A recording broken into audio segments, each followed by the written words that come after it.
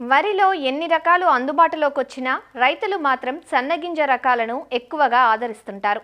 ఈ దిశగా పరిశోధనలను వేగవంతం చేసిన పశ్చిమ గోదావరి జిల్లా మారుటేరు ప్రాంతీయ వ్యవసాయ పరిశోధనా స్థానం శాస్త్రవేత్తలు ఇటీవల MTU 1426 అనే నూతన వరి వంగడాన్ని విడుదల చేయగా అది రైతుల క్షేత్రాలలో సత్ఫలితాలను నమోదు చేస్తోంది.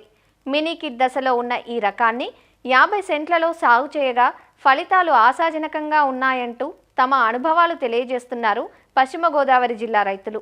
MTU 1426 రకం సాగులో కలిసొస్తున్న అంశాలు, దిగుబడుల వివరాలను రైతుల మాటల్లోనే తెలుసుకుందాం. 1426 మినీ కిట్ మార్టేరు పరిశోధన స్థానం నుండి మినీ కిట్ 1-2 కిలోలు నాకు ఇవ్వటం జరిగింది. ఇస్తే అది ఒక 50 సెంట్లో నేను వేసాను. వేస్తే అది 125 నుంచి 130 రోజుల్లో హార్వెస్టింగ్కి వచ్చింది. దోమ చాలా తక్కువ వచ్చింది, అగ్గిదిగులు రాలేదు, మెడవిరుపు రాలేదు. చాలా ఫైన్ వెరైటీ, 6.5 దగ్గరగా ఇది ఉంటుంది. అన్నం కూడా చాలా రుచిగా ఉంటుంది.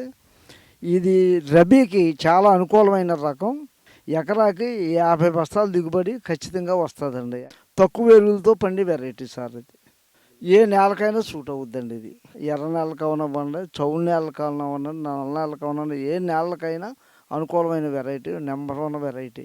కానీ ఈ వెరైటీ డెవలప్ అవ్వాలంటే గవర్నమెంటు, తెలంగాణ గవర్నమెంటు 500 బోనస్ ఎలాగిస్తుందో, ఈ ఆంధ్రప్రదేశ్ గవర్నమెంట్ కూడా 500 రూపాయలు క్వింటాలకు కనుక బోనస్ ఇస్తే మొత్తం అంతా కూడా హ్యాపీగా వేసుకోవచ్చు. భోజనానికి కూడా చాలా బాగుంటుంది సార్. ఇది ఈ 1420 అనే రకం వేసామండి ఈ దాడవాకి.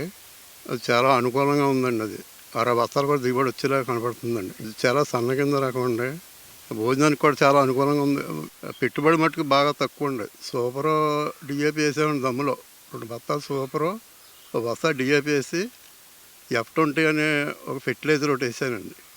తర్వాత పొటాష్ 2 సార్లు వేసానండి. 2 సార్లు పిలక దశలో ఒకసారి 6 రోజులు తేడాలో జింకు కొట్టానండి, ఏం కలపకుండా. నెక్స్ట్ చిరుపట్టు దాకా మళ్ళీ ఎటువంటి స్ప్రేయింగ్ చేయలేదండి. చిరుపట్టులో మటుకు కోరోజన్ ప్లస్ భీము 2 కొట్టానండి. తర్వాత దోమ కూడా గట్టిగా ఉన్నప్పటికీ ఎటువంటి బొట్లు పడలేదండి. దోమను కూడా తట్టుకుంటుందండి. ఇటువంటి వెరైటీలు, సన్న వెరైటీలు గవర్నమెంట్ కొంటే చాలామంది వేయటానికి అవకాశం ఉంటుందండి. రామోజీరావు గారు నాకు గురువు గారులు అంటారండి. వారు అన్నదాత అనే పుస్తకంలో ఎక్కువ చదివి నేను ప్రేరణ పొంది నేను ఎక్కువ వ్యవసాయం చేసేవాడినండి. అదే నాకు ఇవాళ నన్ను చాలాసార్లు సన్మానించారండి. నాకు ఉత్తమ రైతు అవార్డు కూడా ఇచ్చారండి. మాకు అర్థమయ్యే రీతిలో పేపర్ కానీ మా అన్నదాత పుస్తకం ఎక్కువ ఇదే ప్రేరణ నాకు. మనం ఇప్పుడంటే దాళవాలో MTU 1426 అనే రకం, మనకి MTU 1121 నెల్లూరు మిషన్ NLR 349 సంకరపరిచి రూపొందించిన రకం. ఇది దాళవాలో నవంబర్ 15 నుంచి డిసెంబర్ 15 వేసుకున్నప్పుడు 125 రోజుల్లో వస్తుందండి. మన గోదావరి మండలాలు, గోదావరి జిల్లాలు కానీ, అట్లనే దక్షిణ మండలం నెల్లూరు అటువైపు కూడా మనకి ఆశాజనకంగా దిగుబడులు వచ్చినాయండి.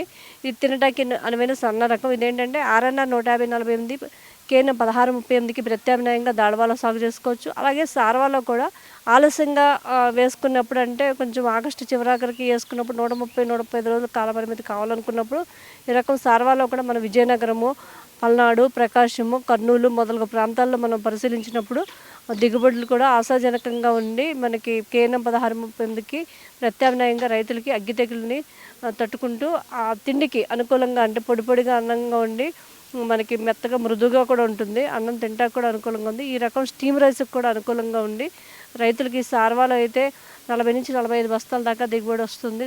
దాళవాలో అయితే 50 నుంచి 55 బస్తాలుగా దిగుబడి వచ్చి ఆశాజనకంగా ఉందని మాకు ఈ 2 సంవత్సరాల సిటీ ప్రాసెస్లో తెలియదండి.